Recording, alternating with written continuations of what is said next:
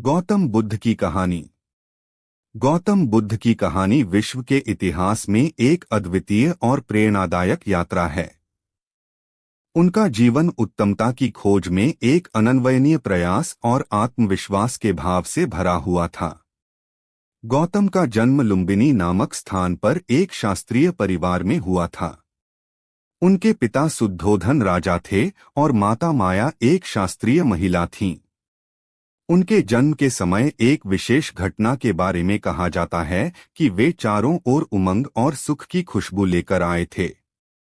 इसके बावजूद उन्होंने अंत में सार्थकता की खोज में अपना जीवन व्यतीत किया। गौतम को बचपन से ही विचारशीलता और आत्मान्वेषण का शौक था। उनके पिता ने उन्हें जीवन की सभी सुख सामग्री से दूर रखकर उन्हें एक सच्चे धर्मगुरु बनाने का प्रयास किया। गौतम ने अपने सभी साधनाओं का त्याग किया और एक दिन उन्होंने संसार में अस्थायी आनंद की कोई सत्यता नहीं होने का अनुभव किया। उस दिन से उन्होंने संपूर्ण विश्व को समझने और सत्य की खोज में जीवन बिताने का निर्णय किया। वह साधु बन गए और अनेक वर्षों तक विचारने और ध्यान में लगे रहे।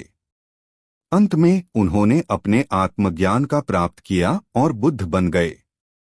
उनकी पहली उपदेशना बोध गया, जो सबसे पहले उन्होंने सारनाथ में अपने 5 साथियों को दी। उनके उपदेशना में चार्य सत्य का प्रस्थान शामिल था: अध्ययन, संगीत, दया और विवेक। यह उनके 5 साथियों के जीवन को परिवर्तित कर दिया। बुद्ध ने अपने उपदेश का अद्भुत संदेश समाज को स्वीकारने के लिए यात्राएं की। उन्होंने अनेक लोगों को सत्य की ओर प्रेरित किया और उन्हें बुद्धिमत्ता की प्राप्ति के लिए प्रेरित किया। उनके उपदेशों ने बहुत से लोगों के जीवन को संवारा और समृद्ध किया।